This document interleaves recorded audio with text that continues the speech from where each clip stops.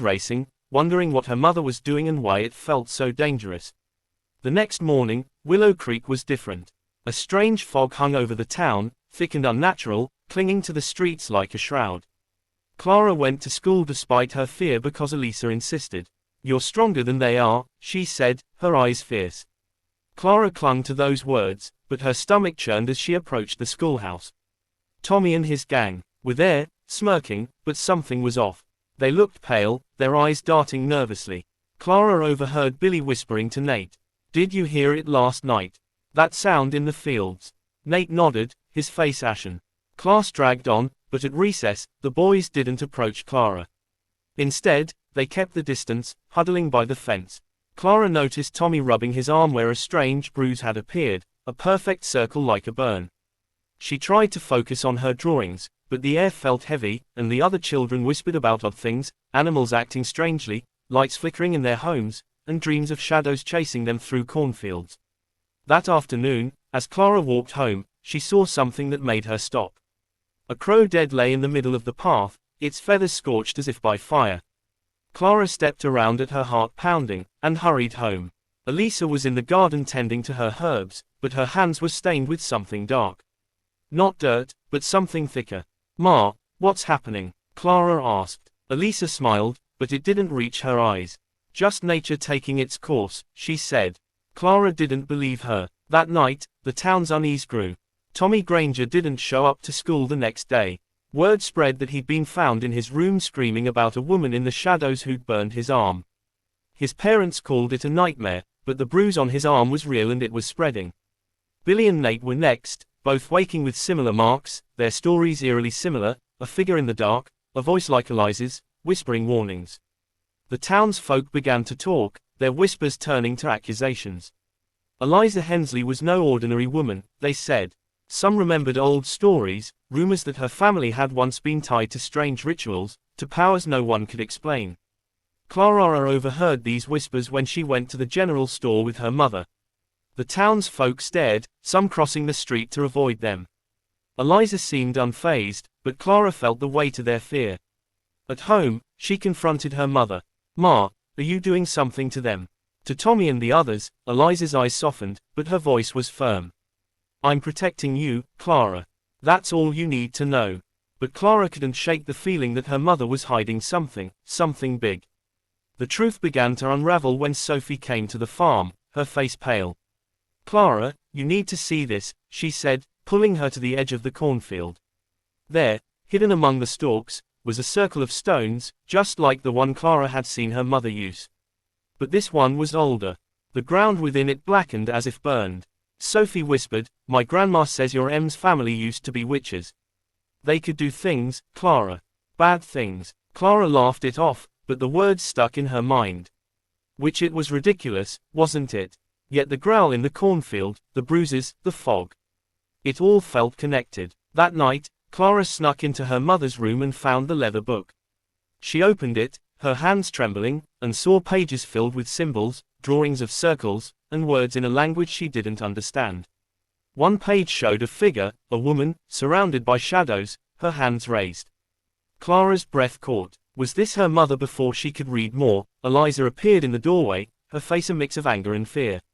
"You shouldn't be touching that," she said, taking the book. But Clara demanded answers, and for the first time, Elisa relented. She told Clara a story, not the kind with dragons, but one rooted in their family's past. The Hensleys, she said, came from a line of women who could speak to the earth. They weren't witches, not in the way people thought, but they had power. Power to protect, to heal, and when needed to punish. Eliza had sworn never to use it, but when Clara was hurt, something in her snapped. "I called on the old ways," she admitted, "to teach those boys a lesson. But it's not done yet." Clara's heart raced. "What's not done?" she asked. Elisa didn't answer, but her eyes were haunted. The next day, Willow Creek was in chaos. Tommy Granger was missing. His parents found his room empty, the window open, and a trail of scorched earth leading into the cornfields. The sheriff organized a search party, but the fog was thicker now, almost suffocating, and the field seemed to shift, disorienting the searchers. Whispers of Elisa's involvement grew louder and a mob gathered outside the Hensley farm led by Tom Granger soon. You did this, he shouted, pounding on the door. You and your devil magic. Eliza faced them, calm but unyielding. Go home, she said. This isn't your fight. But the mob wouldn't leave, and Clara, watching from the window, saw fear and anger in their faces. She ran to her mother, begging her to stop whatever she was doing. Eliza knelt, her voice soft. I'm fixing this, Clara, for you. But Clara saw the strain in her mother's eyes, the way her hands trembled. That night, Clara followed Eliza to the stone circle in the backyard. The chanting was louder now, the air crackling with energy. Shadows moved in the cornfield, not just one, but many. Their forms indistinct, but menacing. Clara hid, watching as her mother raised her hands, the book opened before her.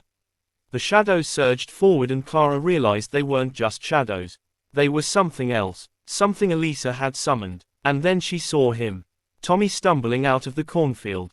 His eyes wild, his clothes torn. He fell to his knees sobbing. I'm sorry, I'm sorry. Elisa stopped chanting and the shadows retreated. She helped Tommy to his feet, her face unreadable, and walked him to the house. Clara followed, her mind reeling. Eliza called the sheriff and Tommy was returned to his parents shaken but unharmed. The bruises on his friends faded and the fog lifted. The town, desperate for normally, accepted the story that Tommy had gotten lost in the fields. But Clara knew better. In the days that followed, Elisa explained everything. The power she wielded came at a cost. It drained her, tied her to forces she could barely control. She'd used it to scare the boys, to make them feel the fear they'd inflicted on Clara. But it had spiraled, the shadows growing stronger than she'd intended. I won't use it again, she promised. Not unless I have to. Clara nodded, but she saw the toll it had taken. Her mother looked older, her eyes shadowed. The bullies never bothered Clara again. Tommy, Billy, Nate, and Caleb avoided her, their bravado gone. The town's whispers faded, replaced by a weary respect for Elisa Hensley.